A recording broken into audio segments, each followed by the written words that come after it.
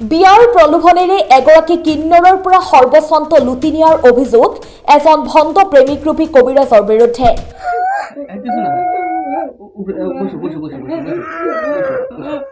এই চাঞ্চল্যকৰ ঘটনা সংঘটিত হৈছে সমজিলা বিলাসীপাৰাৰ নয়াহাট আৰক্ষী চকীৰ টুখপাৰা গাঁৱত। গাঁওখনত বসবাস কৰা কিন্নৰগৰাকীয়ে 2 বছৰ পূৰ্বে দিল্লীৰ এখন চিকিৎসালয়ত অস্ত্ৰোপচাৰ কৰি পূৰ্ণ নাৰীলৈ ৰূপান্তৰিত হয়।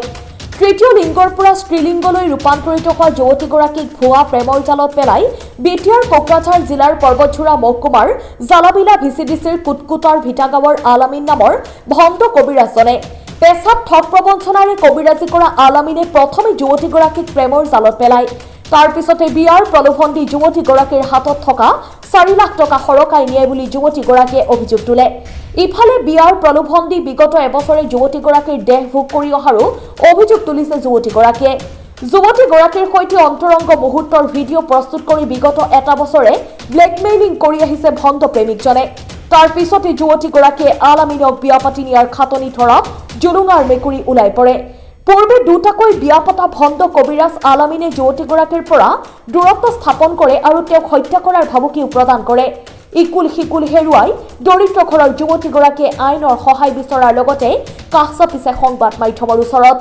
কিন্নৰগৰাকীৰ দাবী এটাই, তেওঁৰ পৰা লোৱা ধনখিনি উভতাই দিব লাগে আৰু প্ৰেমৰ নামত প্ৰবঞ্চনা কৰা ভণ্ড কবিৰাজ আলামিনক আইনৰ আওতাত আনি কঠোৰ শাস্তি প্ৰদানৰ দাবী তুলিছে চকুৰে ঢলি কলি দেখা যুৱতীগৰাকীয়ে।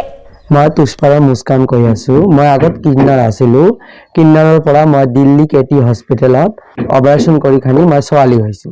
ছোৱালী হোৱাৰ পিছত কুটকুটাৰ আলামিন কবিৰাজৰ লগত মোৰ 1 বছৰ মান হ'ল। তাৰ লগত মোৰ প্ৰেম চলি আছে। তাই মোক কৈছে তক বিয়া পাতিম, এনেকা কৈ খানি মোৰ লগত অবৈধ সম্পৰ্ক কৰি তাই ভিডিঅ' কৰিছে। ভিডিঅ' কৰি তাই মোক ধমকি দিয়ে যে তোৰ যিমান পইচা আছে মোক দে, নাহিলে মই কিছত ঢালিম, ভিডিঅ'গুলো গুগলত ঢালিম। তা মই কি কৰিম, মই বাধ্যত তাক পইচা দি দিছো। 10,000 20,000 এনেকা দি দিছো 1 বছৰ মান এনেকা দি দিছো। তাৰ পিছত মোক তাই কয় একদিন 1 লাখ টকা দে, মোৰ এটা কাম আছে, 1 লাখ টকা দে, 1 লাখ টকা লৈ খানি তাক মই বিয়া পাতিম। মই কৈছো মোৰ লগত 1 লাখ টকা নাই, মোৰ লগত 60,000 টকা আছে। 60,000 টকা আছে। তাই কৈছে 60,000 টকা মোক দে। মই দি দিছো 60,000 টকা তাক। 3-4 লাখ টকা লৈছে। এতিয়া মোক কৈ আছে যে মই তোক বিয়া নাপাতো, মোৰ ঘৰত মাইকী আছে। মই আগত নাজানো তাৰ ঘৰত মাইকী আছে। তাৰ ঘৰত 2টা মাইকী আছে, ছোৱালী ল'ৰা ছোৱালী সব আছে তাৰ। মই এইবিলাক একো নাজানো। এতিয়া মোক কৈ আছে তই ঘৰৰ পৰা ওলাইলে তোক মই মাৰিম, তোক ৰাতি যাই খানি ঘৰৰ পৰা উঠাই লৈ আহিম, এনেকা ধমকি দি আছে। আলামিনক শাস্তি দিবা লাগে, আইনৰ পৰা মই এইটোই চাওঁ। শাস্তি দিবা লাগে আলামিনক। আলামিন মোৰ পইচাবিলাক খাল, এনে মোৰ সাথে এনে ধৰণৰ ব্যৱহাৰ কৰি আছে। এতিয়া মোক শাস্তি লাগে। কৈছে পইচা না দিলে তোক মাৰিম, এনেকা ধমকি দি আছে।